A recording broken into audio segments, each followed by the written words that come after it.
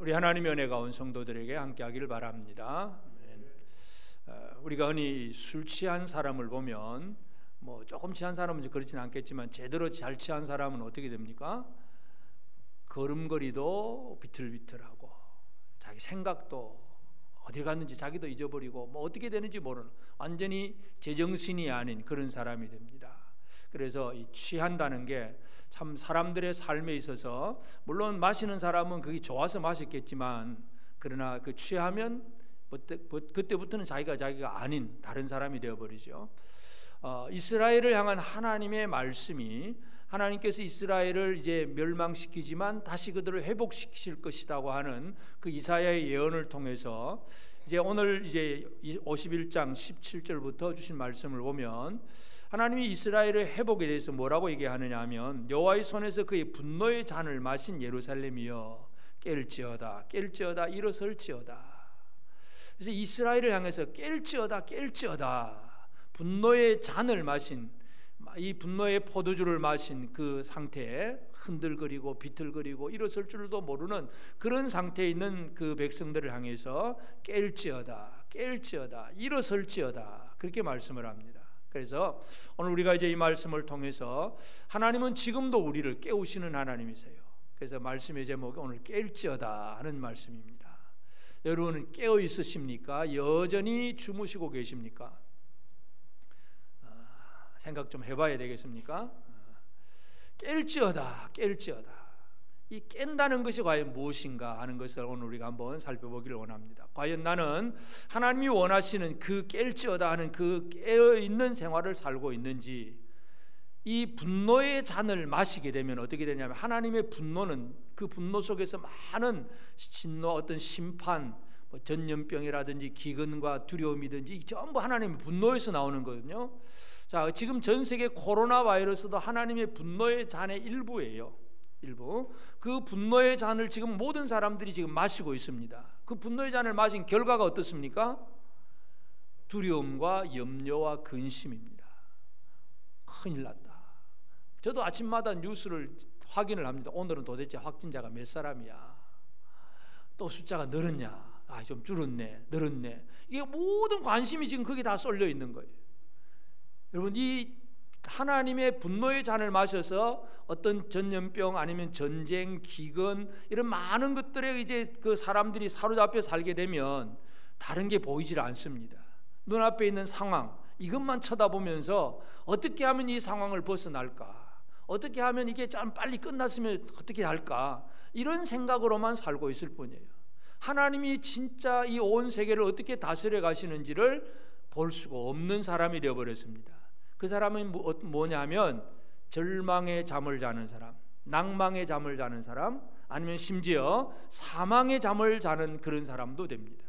그래서 오늘 우리는 하나님께서 깰지어다 그렇게 말씀하셨을 때에 이것은 이스라엘 백성들에게 주신 말씀이긴 하지만 지금 이 시대를 살아가는 우리에게도 하나님은 깨라고 말씀하신다는 걸 우리가 꼭 발견할 필요가 있습니다. 분명한 것은 하나님께서 이스라엘을 깨우고 계십니다. 우리가 지난주에 살펴본 것은 선지자가 하나님을 향하여 기도하잖아요. 여호와의 팔이여 깨소서, 여호와의 능력의 팔 깨서서 하나님 좀 깨어서 우리를 좀 도와주세요. 하나님 응답이 뭡니까? 네가 깨라. 너희가 깰지어다. 하나님이여 깨소서 하니까 아니야, 네가 깨야 돼. 하나님의 응답이 그것입니다. 여러분 깨어 있으십니까? 우리는 나는 아무것도 안 하면서 하나님이 다 깨어서 다 해주기를 바라지만 하나님이 진짜 우리에게 요구하시는 것은 예루살렘이여 분노의 잔을 마신 너희는 깰지어다 일어설지어다 그렇게 말씀을 하고 있습니다. 그래서 오늘 과연 나는 제대로 깨어있는 사람인가를 한번 살펴볼 필요가 있습니다. 이 깨어있다는 얘기는 바로 깨지 못한 사람이 어떤 잠자는 상태 아니면 취해서 비틀거리는 상태, 그 얘기를 한다는 걸 우리가 알 수가 있습니다. 그래서 이 다윗의 시편을 보면 다윗이 많은 고난을 당할 때에 이런 표현을 많이 합니다. 시편 60편 1절에 보면 하나님이여 주께서 우리를 버려 흩으셨고 분노하셨사오나 지금은 우리를 회복시키소서. 우리를 버려서 막 분노하셨지 않습니까? 3절에는 주께서 주의 백성에게 어려움을 보이시고 비틀거리게 하는 포도주를 우리에게 마시게 하셨나이다. 어려움을 보여서 비틀거리게 하는 포도주를 마시고 나니까 우리는 그 하나님의 분노의 잔을 마시니까 비틀거릴 수밖에 없어요. 제대로 똑바로 일어서서 제대로 갈 길을 갈 수가 없다는 얘기예요. 하나님의 분노의 잔을 마시게 되면 그냥 우리는 비틀거릴 수밖에 없습니다. 도대체 이게 이렇게 가야 될는지, 저렇게 살아야 될는지, 뭘 어떻게 해야 될는지 아무것도 몰라요. 알 수가 없어. 그냥 그렇게 그냥 시간만 때우고 살아가는 거예요. 이게 절망의 잠일 수도 있고. 그래서 또 다윗은 뭐라고 표현하냐면 시편 13편 3절에 보면 여호와 내 하나님이여 나를 생각하사 응답하시고 나의 눈을 밝히소서 두렵건대 내가 사망의 잠을 잘까 하오며. 이 큰 두려움에 빠지면 결국은 사망의 잠이에요. 그래서 나는 이제는 죽었구나. 이제는 죽겠다. 못 살겠다. 어쩔까? 이 죽겠다 소리, 이 죽음의 공포에 빠져들어가는 것이 바로 사망의 잠입니다. 여러분, 이 땅에 지금 많은 사람들이 절망과 낭망의 잠을 자고 사망의 잠을 자고 있습니다. 예수를 믿는 성도들조차도 잘못하면 이러한 하나님의 어떤 뭔가를 깨닫지 못하게 되면 절망과 낭망의 잠을 잘 수밖에 없습니다. 이거 어떻게 살까? 이거 안 되겠다. 못하겠다. 이제는 끝났다. 이 완전히 아주 심각하게 포기되어서 사망의 잠까지 가는 사람들이 있는가 하면 조금 덜하게 그냥 늘 절망과 낙심 속에 사는 사람들도 있고, 사람과 사람 사이에는 차이는 있겠지만 하여튼 깨어있지 못한 사람들은 그 문제에 매여 있는 거예요. 고난이라고 하는 문제에 매여 가지고 이걸 어떻게 살아가야 되는지 삶의 해답이 없는 사람들이에요. 이런 사람들을 향해서 하나님께서는 깰지어다 일어설지어다 그렇게 말씀을 하고 있습니다. 그러면서 이 분노의 잔을 마신 그 사람들의 그 삶의 특징 중에 하나가 18절에 보면 네가 낳은 모든 아들 중에 너를 인도할 자가 없고 네가 양육한 모든 아들 중에 그 손으로 너를 이끌 자도 없도다. 하나님의 분노의 잔의 특징 중에 하나가, 그 벌이 나타나면 하나가 뭐예요? 인도할 자가 없는 거예요. 네가 낳은 아들 중에, 너희 민족 중에 너를 이끌고 다스리고 이끌어갈 왕이 없다. 지도자가 없다. 자, 유다가 멸망을 당하면 어떻게 됩니까? 왕이 포로가 되는 거예요. 왕이 사로잡혀가고 왕이 죽고, 결국은 모든 전쟁에서 보면 항상 공격이 왕이잖아요. 왕. 그 왕을 공격을 하고 왕 죽이면 이제 백성들이 인도자가 없다고 생각을 합니다. 그래서 이 분노의 분노의 잔을 마시게 되면 인도자가 없는 그런 삶이 됩니다. 그래서 하나님께서는 그 얘기를 지금 하고 계시는 거예요. 너희가 분노의 잔을 마시고 이제 이렇게 취하고 비틀거리고 있지만 깰지어다 하는 얘기는 바로 그와 같이 그들을 인도할 자가 없다는 사실에 대해서 얘기를 하는데, 그럼 결국 반대는 뭐겠어요? 하나님이 깨우신다는 얘기는, 이스라엘을 깨우신다는 얘기는 뭐겠어요? 인도할 자를 보내주신다는 말씀이에요. 인도자를 보내주시면 그 인도자 속에서, 그 인도하심 속에서 이스라엘 백성들은 위로와 평강을 얻을 수가 있습니다. 이스라엘 백성들이, 유다 백성들이 바벨론 70년 포로가 되었지만 그들 스스로는 아무것도 할 수가 없는 상태예요. 근데 하나님은 누군가를 세우시잖아요. 우리가 살펴본 바사왕 고레스를 통해서 바벨론 제국을 무너뜨리고, 그리고 유다 백성들이 예루살렘으로 돌아오게 하십니다. 하나님께서 세우시는 사람이 있다는 얘기죠. 그리고 돌아오는 과정 속에는 뭐 스룹바벨이라든지 아니면 또 느헤미야라든지 에스라라든지 이러한 하나님의 지도자들을 통해서 그 백성들이 돌아오게 하십니다. 그러니까 하나님의 은혜는 뭐냐면, 그러한 하나님이 세우시는 사람, 인도자를 통해서 그 백성들이 돌아오게 하실 것이다. 이 얘기를 지금 하고 있습니다. 내가 깨어라 하면서 결국 뭘 보여주냐 하면 인도자를 보여주시는 거예요. 그래서 이 인도라고 하는 히브리어 단어 나할이라고 하는 단어는 원래 의미는 뭐냐면 거품을 내면서 뛴다 하는 그런 개념이에요. 그냥 걸어가는 정도가 아니에요. 여러분, 가이드가, 여러분이 뭐 어디 관광지 가서 가이드가 인도할 때 어떤 정도로 합니까? 그냥 깃발 들고 어디로 갑시다, 그냥 가서 설명 딱 해주고 또 가고 그런 정도잖아요. 거품을 내면서 뛴다는 게 도대체 어느 정도입니까? 입에 막 거품을 내면서 달려가는 것. 하나님께서 인도하신다는, 인도라고 하는 이 히브리어 단어는 바로 그런 얘기입니다. 거품을 내면서 뛰는 거예요. 온 힘과 열정을 쏟아붓는, 온 정성을 쏟아붓는 그런 개념 속에서 인도입니다. 하나님이 인도하시면 그런 것입니다. 대충 하시는 하나님이 아니십니다. 열정을 쏟아붓는 하나님이십니다. 여러분의 삶의 길을 인도하시기 위해서 하나님은 이 나할, 거품을 내면서 달려가는 그런 열정을 가지고 인도한다는 사실을 기억해야 돼요. 이 하나님을 누가 알았느냐? 다윗은 깨달아 알고 있습니다. 다윗은 깨어있는 사람입니다. 그래서 우리가 잘 아는 시편 23편에 다윗은 뭐라고 고백합니까? 시편 23편 1절에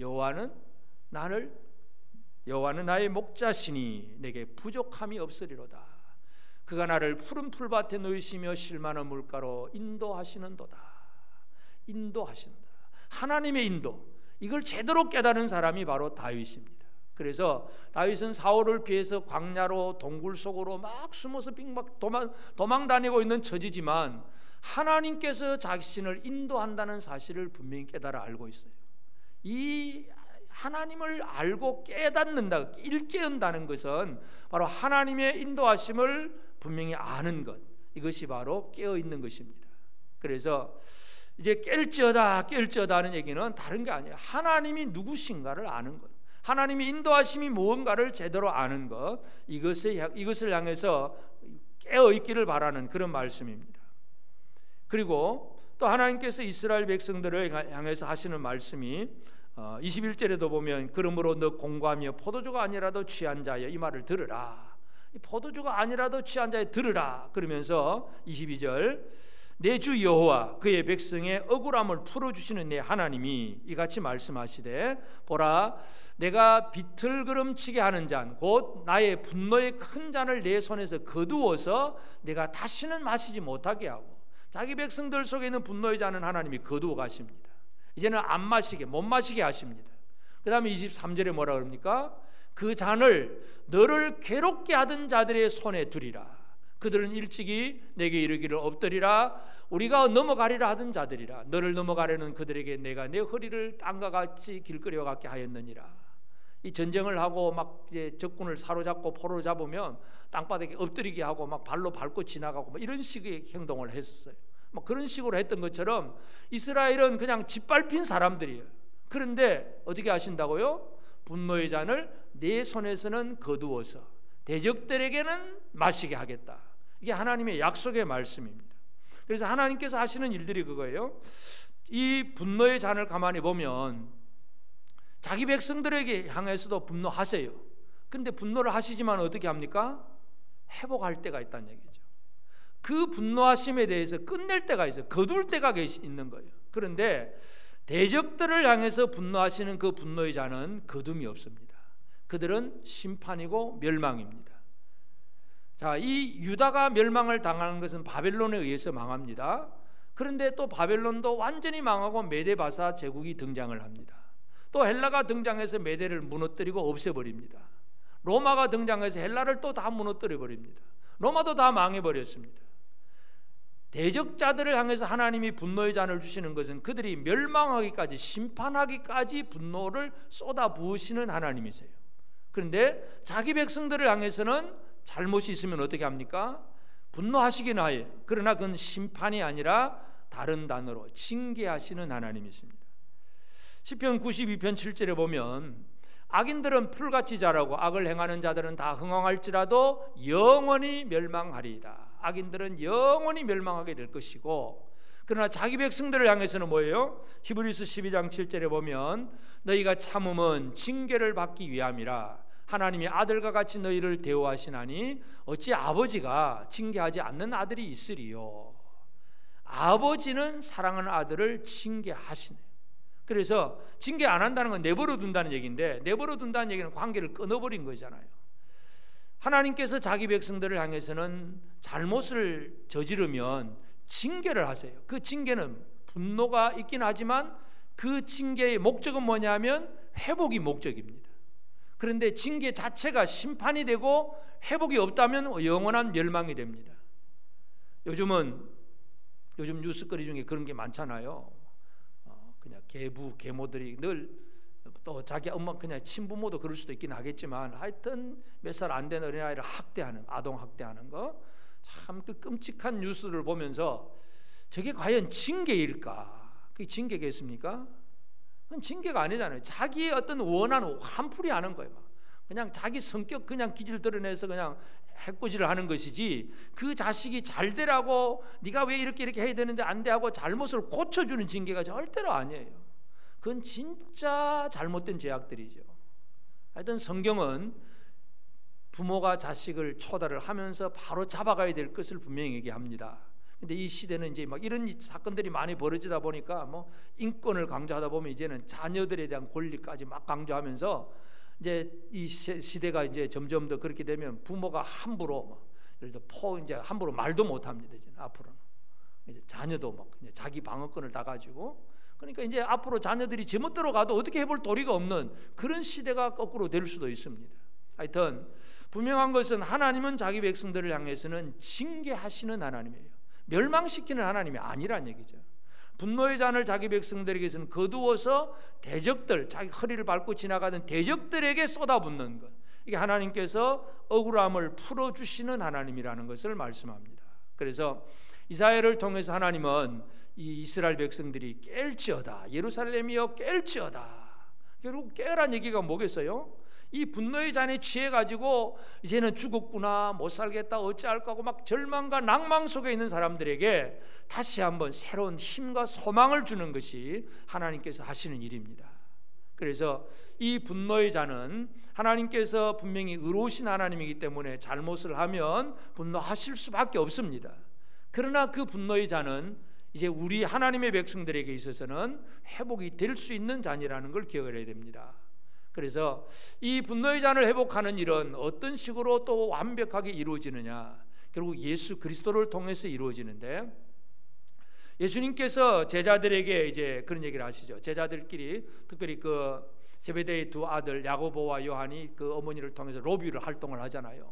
주님, 당신이 그냥 영광스러운 자리가 되면 이 하나는 우의정 좌의정 되어서 막 우편 옆에 앉아가지고 이 자식들, 우리 아들들 좀 잘 봐주세요.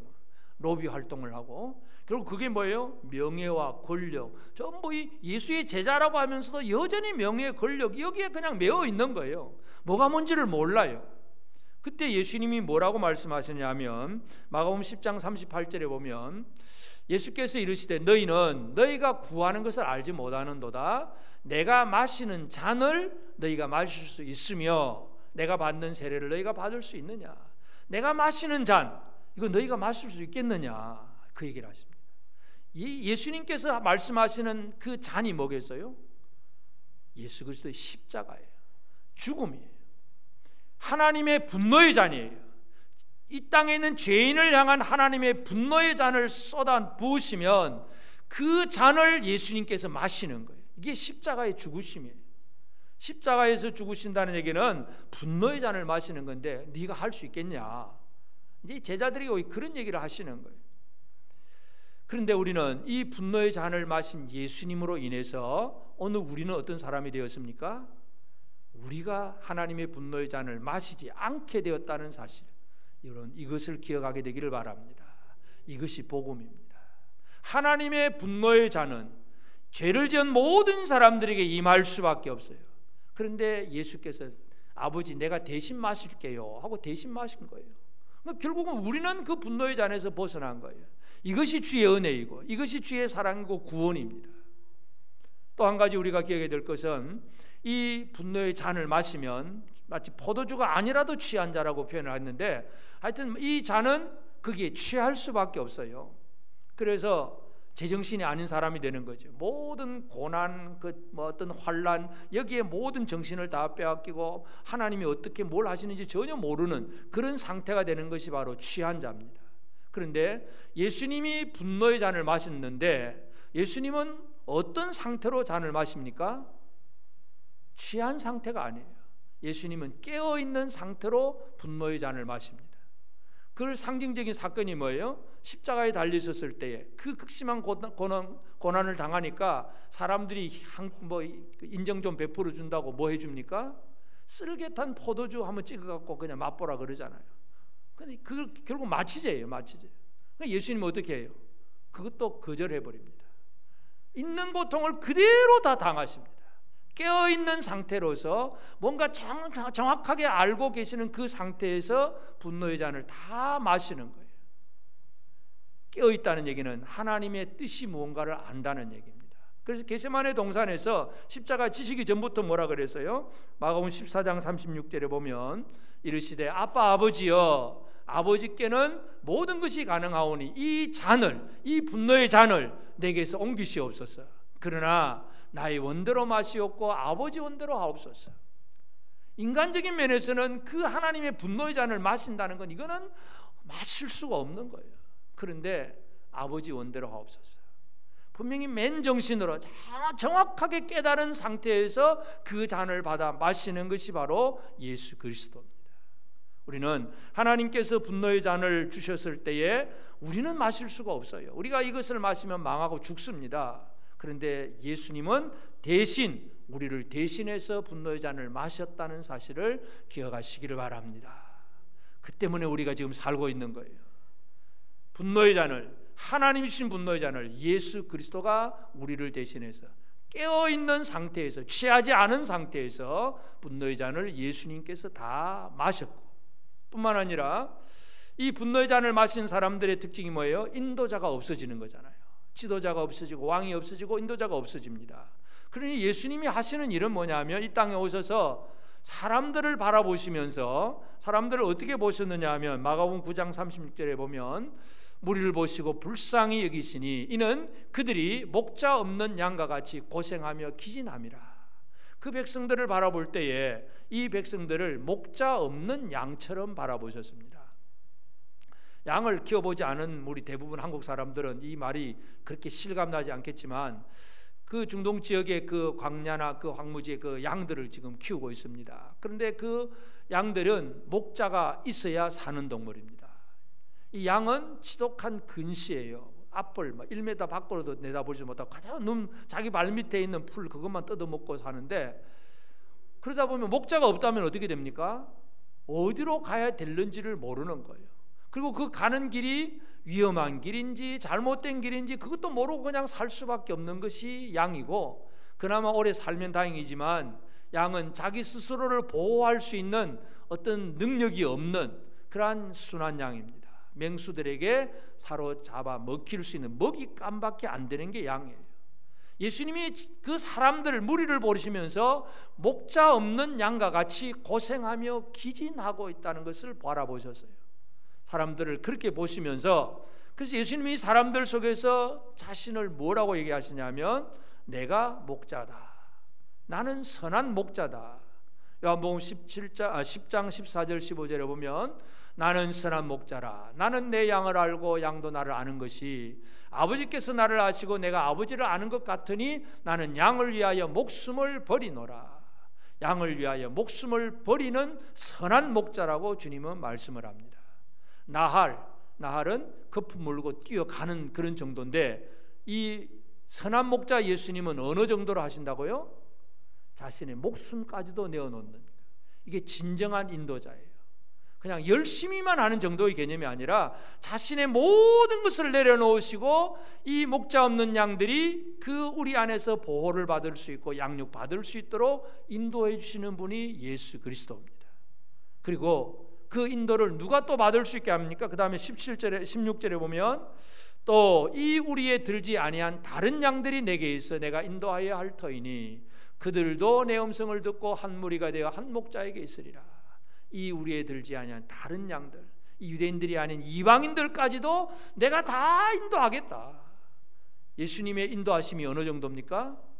목숨을 건 인도하심이고 많은 영혼들을 이끌고자 하는 그러한 인도하심이라는 것을 우리가 이해할 수 있습니다. 그래서 하나님께로부터 오는 분노의 잔을 마시면서 이 땅에 있는 사람들에게 이 인도자가 되어서 진짜 그들이 생명을 얻고 보호를 받을 수 있도록 역사하시는 분이 바로 예수 그리스도입니다. 그리고 이 양들의 고난, 고통에 대해서 그냥 내버려 두지 않고 대적들에게 심판하시는 것이 바로 하나님 하신 일인데, 예수 그리스도가 그 모든 일까지도 완성을 합니다. 요한계시록 이제 17장에 넘어가면 7번째 대접을 쏟아붓습니다. 처음에 인을 떼고 막 나팔을 불고 막 대접을 쏟고 하는데 7번째 이번 대접은 마지막이에요. 제일 마지막 대접 쏟아붓는데 그 17장에는 어떤 내용이 나냐 하면 17장 2절에 보면 땅의 임금들도 그와 더불어 음행하였고 땅에 사는 자들도 그 음행의 포도주에 취하였다. 그러니까 땅의 임금들, 세상의 권력자들, 세상의 정부 이런 권력과 힘 있는 자들이 그와 더불어 음행을 합니다. 그는 이제 뒤에 나올 큰 음녀예요. 음녀. 타락한 교회, 이 가톨릭과 같이 타락한 교회, WCC 이런 것들이 전부 이제 큰 음녀인데 이 세상의 어떤 권력자들, 정복자들과 이렇게 같이 음행을 합니다. 그래서 그 음행의 포도주에 취하였습니다. 그런데 이 큰 음녀가 그 다음에 이제 6절에도 보면 또 내가 보매 이 여자가 성도들의 피와 예수의 증인들의 피에 취한지라. 내가 그 여자를 보고 놀랍게 여기고 크게 놀랍게 여기니. 큰 음녀가 무엇에 취해 있습니까? 성도들을 핍박하고 거기서 나오는 피에 취해 있습니다. 예수의 증인들의 피에 취해 있습니다. 여러분, 이 교회가 마지막 때에 고난을 당하고 환난을 당하는 것은 뭐 불신의 세력 때문에 당하는 거 아니에요. 물론 그 전체적으로 다 불신의 세력이긴 하지만 예수를 안다고 하면서도 여전히 세상에 어떤 매여 있거나 잘못되어 있는 이 타락한 교회들, 큰 음녀, 이것으로부터 고난이 옵니다. 그래서 성도들의 피, 예수의 증인들의 피, 이것에 그냥 취해 있는 것이 바로 큰 음녀 얘기예요. 그래서 이 마지막 때에는 교회가 이와 같이 타락을 하고, 그래서 하나님만 섬기는 게 아니라 그 WCC 같은 게 뭐예요? 그냥 평화, 연합, 일치, 하나됨, 뭐 좋아 다 같이 모여야 돼. 그래서 너도 좋고 뭐 공산주의도 좋고 뭐 무교도 좋고 뭐 굿하는 것도 괜찮고 다 모여. 그냥 우리는 평화롭게 지내자, 같이 잘 지내자. 이런 식으로 이 세상을 호도하고 있습니다. 그러니까 그게 그 술에 취하면 어떻게 됩니까? 진리를 얘기하면 기독교는 편파적이다. 어떻게 편협하냐?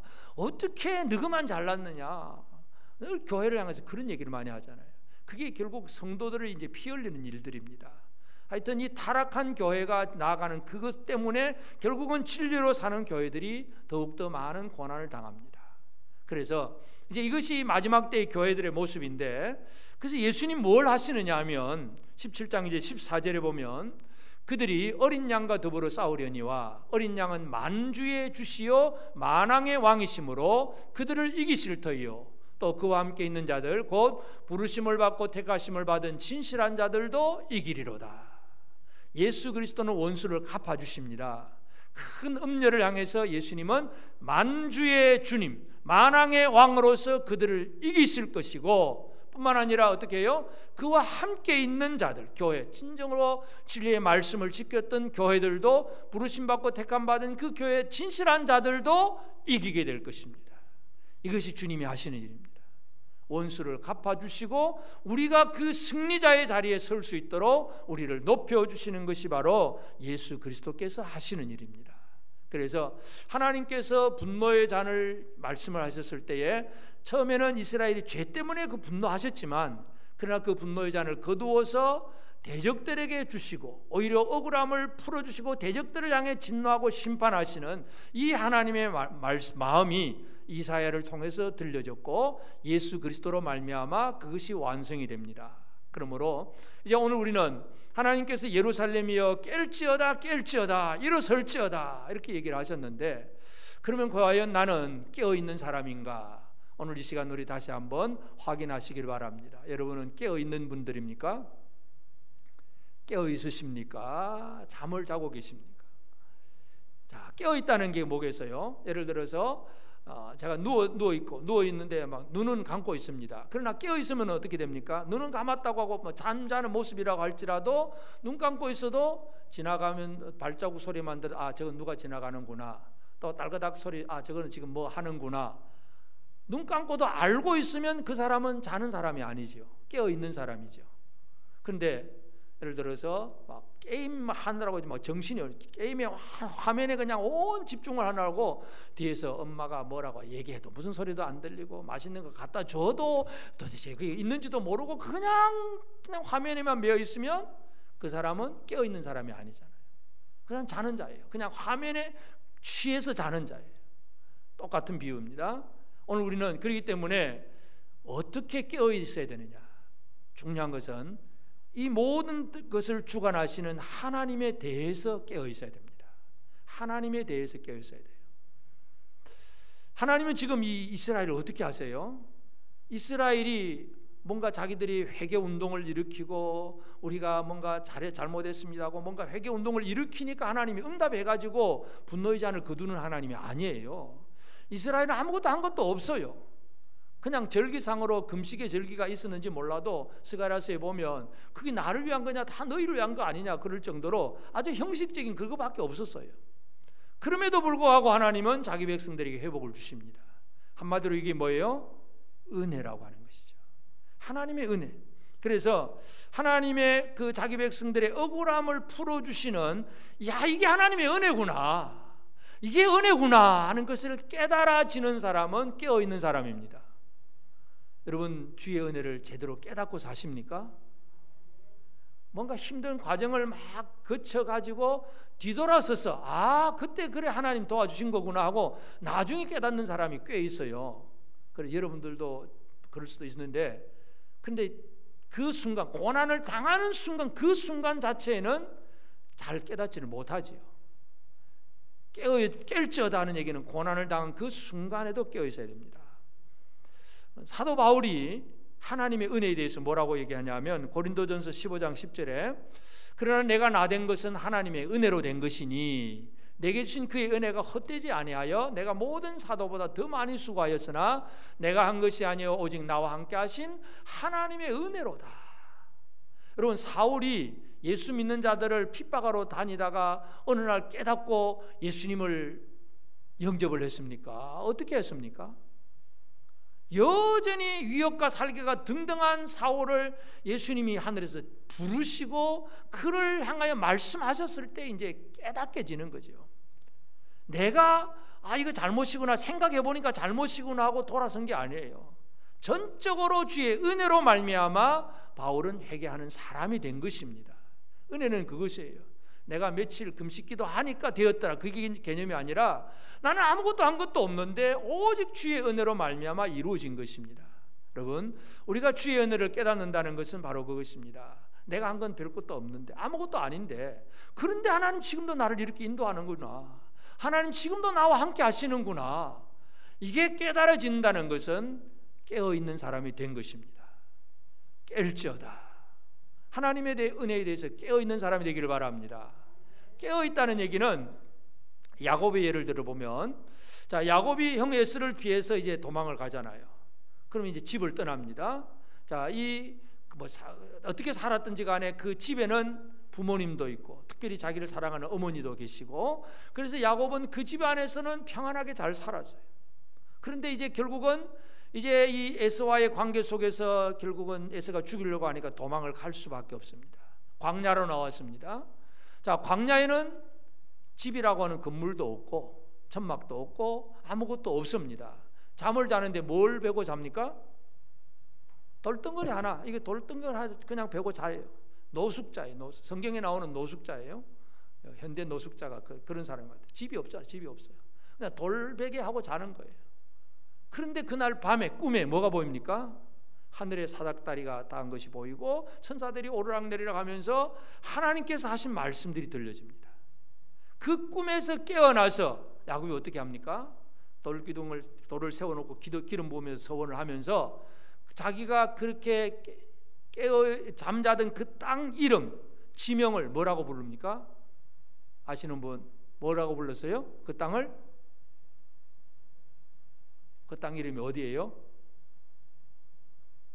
우리 혜실 비사님 잘 알잖아요.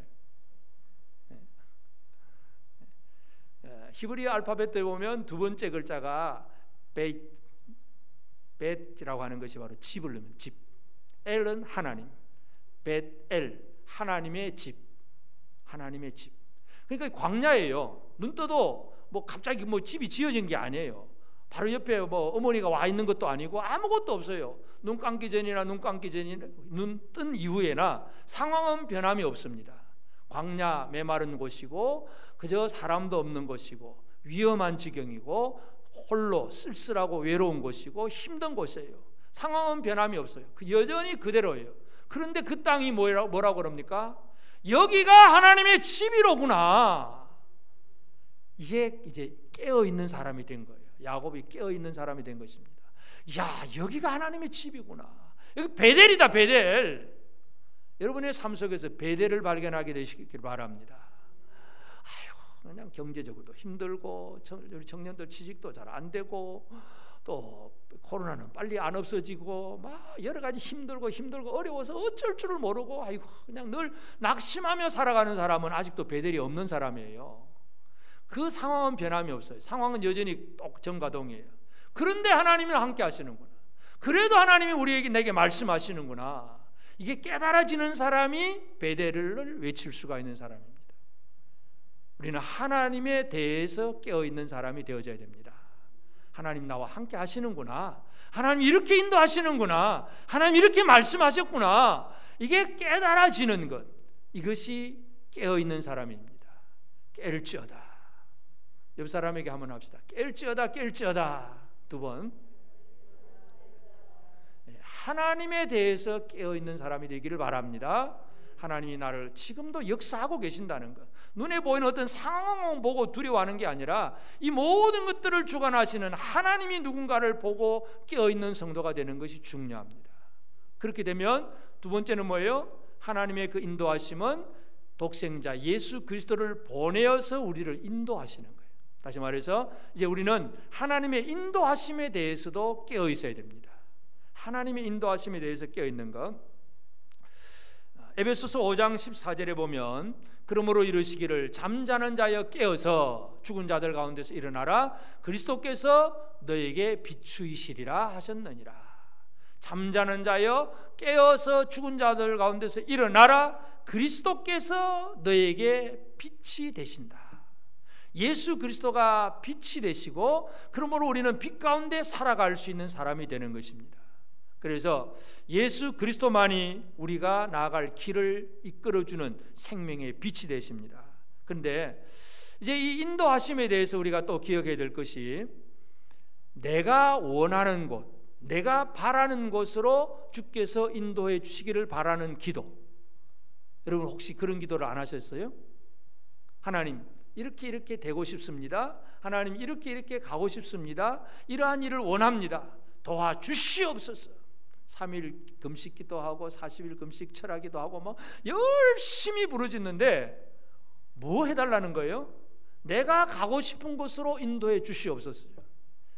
그것이 하나님의 마음에 맞으면 당연히 응답을 하시겠지만 하나님의 마음에 안 맞는 일이라면 열심히 기도해도 뭐라고요?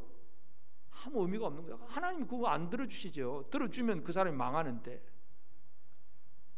예수님이 우리를 어떻게 인도하시느냐, 어디로 인도하시느냐 하면 베드로전서 3장 18절에 보면 그리스도께서 단번에 죄를 위하여 죽으사 의인으로서 불의한 자를 대신하셨으니 이는 우리를 하나님 앞으로 인도하려 하심이라. 육체로는 죽임을 당하시고 영으로는 살리심을 받으셨으니. 예수님이 왜 죽으셨느냐? 우리를 하나님 앞으로 인도하려 하심이라. 예수 그리스도의 인도하심은 우리를 어디로 인도한다는 것이에요? 하나님 앞으로. 이게 얼마나 중요한 문제입니까? 이 인생의 근본 문제가 뭐예요? 아담이 범죄하고 하나님 앞에서 쫓겨난 거예요. 에덴 동산에서 쫓겨나고 생명나무로 들어갈 수 있는 길이 가로막혔습니다. 쫓겨났으니까 이제는 어떻게 할 도리가 없잖아요. 그럼 결국 예수 그리스도의 인도하심은 우리를 하나님 아버지 앞으로 인도하는 거예요. 인도하심은 내가 원하는 곳으로 인도하는 것이 아니라 원래 인간이 하나님 앞에 살아야 되는 그 상태로 인도하시는 그 인도하심이 진정한 인도라는 사실을 기억하시길 바랍니다. 그래서 고난을 당하더라도 하나님 나의 고난을 통해서 내가 하나님 더 찾게 하시는구나. 힘들고 어려운 일을 겪어도 하나님 이걸 통해서 더 하나님의 사랑을 느끼게 하시는구나. 이게 뭔가 자꾸 깨달아지는 사람은 하나님의 인도하심을 깨달은 사람입니다. 깰지어다. 하나님의 인도하심에 대해서 깨어있기를 바랍니다. 나는 평안한 길만 원하고 아무런 어려운 문제가 없는 길만 원하고 그냥 완전히 그냥 신장로 탄탄한 대로와 같은 그 길만을 원하잖아요. 우리 대부분 모든 사람들이 그렇잖아요. 어려운 일 겪기를 원하는 사람 누가 있겠어요? 근데 하나님은 그게 아니에요. 고난을 통해서, 어려움을 통해서, 과정을 통해서 더 하나님 앞으로 나아가는 그런 길을 하나님이 이끌어 가시는 거예요. 예수 그리스도가 그렇게 인도하십니다. 그 인도하심에 대해서 깰지어다 하는 말씀입니다. 우리의 왕이신 예수 그리스도가 우리를 하나님 아버지 앞으로 인도하십니다. 그 인도하심이 내 마음에 들든 안 들든, 안 들은다고 불평하지 말고 원망하지 말고 잘 살아갑시다. 이스라엘 백성들은 하나님의 인도를 받으면서도 늘 원망불평이잖아요. 광야에서 무럽다, 그냥 배고프다, 다리 아프다, 길이 왜 그러냐, 늘 원망불평. 아니 구름기둥 불기둥 인도를 받아가면서도 그렇잖아요. 좀 하나님의 인도하심에 대해서 깨어있게 되기를 바랍니다. 내가 지금 어떤 삶을 살든지 간에 주님은 나를 이끌고 계신다는 것, 그래서 그 결과가 하나님 아버지 앞으로 가는 것이라는 사실을 꼭 깨닫게 되기를 바랍니다. 그리고 결국은 하나님의 그 하시는 일이 뭐예요? 자기 백성들에게 주어졌던 분노의 잔을 거두어서 대적들에게 그것을 쏟아붓는 것, 대적들이 영원한 멸망을 당한다는 것, 이 사실에 대해서도 우리는 분명히 깨어 있어야 됩니다. 그래서 이 대적의 멸망에 대해서 깨어 있는 사람이 된다는 것은 이제 우리로 하여금 담대한 생활을 살아갈 수 있게 합니다. 마태복음 10장 28절에 보면 몸은 죽여도 영혼은 능히 죽이지 못하는 자들을 두려워하지 말고 오직 몸과 영혼을 능히 지옥에 멸하실 수 있는 일을 두려워하라. 여러분, 사탄은, 우리의 대적은 어떻게 한다고요? 우리의 몸은 죽일 수 있습니다. 그런데 우리 영혼, 근데 원어에 보면 영혼이라고 표현하지 않고 그냥 혼만 있습니다. soul, 이 혼은 죽이지 못하는 자들은 두려워하지 마라. 왜냐하면 영이라는 건 죽는 게 아니거든요. 영은 주어졌다가 또 빼서 가는 것이기 때문에. 근데 혼은 죽을 수가 있어요. 혼이라고 하는 게 뭐겠어요? 혼은 감정, 이성, 또 의지, 이런 느끼고 생각하고 결단하는 이런 것들이잖아요. 그러니까 사탄은 우리의 몸은 죽일 수가 있습니다. 여러분, 순교자들이 어떻습니까? 몸은 죽잖아요. 몸은 죽는데 순교자들의 의지와 결단은 어떻게 되어 있습니까? 나는 죽을지언정 주님을 배신할 수 없습니다. 각오하고 결단하고 그 고난을 견디잖아요. 혼은 못 죽인 거예요. 사탄은 그렇게 할 수가 없어요. 하나님은 그 혼까지도 죽이실 수 있습니다. 큰 두려움에 빠지면 그 혼은 죽은 거예요. 그래서 이제 오늘 우리가 이 사탄, 우리를 대적하는 사탄에 대해서 그것이 완전한 멸망임을 선포하셨기 때문에 우리는 그 사탄의 마지막 모습 속에서 우리는 그걸 바라보면서 우리는 두려움이 없는 삶을 사는 것, 이게 얼마나 중요한가 하는 것입니다. 이 하나님께서 세상을 다스려 가시면서 우리의 대적들을 영원히 멸하실 것이라고 하는 그 사실 때문에 우리는 두려움이 없는 삶을 살아가야 됩니다. 우리의 원수, 제일 최종적인 마지막 원수는 누구겠습니까? 고린도전서 15장 26절에 보면 맨 나중에 멸망받을 원수는 사망이니라. 예수 그리스도는 사망까지도 없애주시는 분이에요. 사망 자체를 없애버리니까 우리는 두려움이 없는 생활을 살아갈 수 있습니다. 그런 두려움이 없는 생활을 살아간다는 자체가 뭐예요? 깨어있는 사람이라는 것입니다. 여러분은 깨어 있으십니까? 또 뭔가 분노의 잔, 어떤 고난의 잔을 마시면서 낭망의 잠을 자고 절망의 잠을 자고, 그것이 심각한 사람은 아예 사망의 잠을 자는 그런 모습이 되면 안 됩니다. 하나님은 하나님의 백성들을 향해서 이와 같이 여러 가지 많은 일들을 하시지만 예루살렘이여 깰지어다 깰지어다 그렇게 말씀하고 있습니다.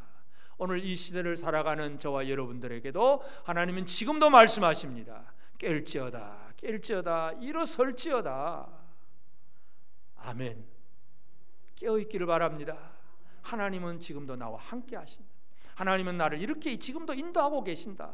눈에 보이는 게 뭐 전염병이고 기근이고 전쟁의 소식이고 막 지금 우리 주변에 들려오는 소식이 뭐예요? 늘 위에서는 공갈 협박해서고 그냥 또 막 전쟁이 터질 것 같고 또 전염병은 빨리 없어지지도 않고 도대체 이게 어떻게 살아가야 될지 몰라. 실업자는 늘어나고 경제는 이상해지고 수출도 잘 안 되고 막 점점 이상한 얘기들만 들려오잖아요. 이런 상황 속에서도 하나님에 대해서 깨어 있어야 되고 하나님의 인도하심에 예수 그리스도에 대해서 깨어 있어야 되고 결국은 하나님의 심판에 대해서도 깨어 있는 우리가 되는 것이 중요합니다. 깨어 있는 성도들이 되기를 바랍니다. 깨어 있는 성도들이 주의 주시는 놀라운 은혜를 힘입고 이 땅에서도 두려움이 없는 담대한 삶을 살아갈 수 있습니다. 저와 여러분 모두가 지금 상황이 어떠한 상황이라 할지라도 그 일 때문에 흔들리거나 두려워하고 낙심하는 자가 아니라 담대함으로 깨어있는 자로서 힘있게 살아가는 우리 모든 성도들 꼭 되어지기를 바랍니다. 아멘.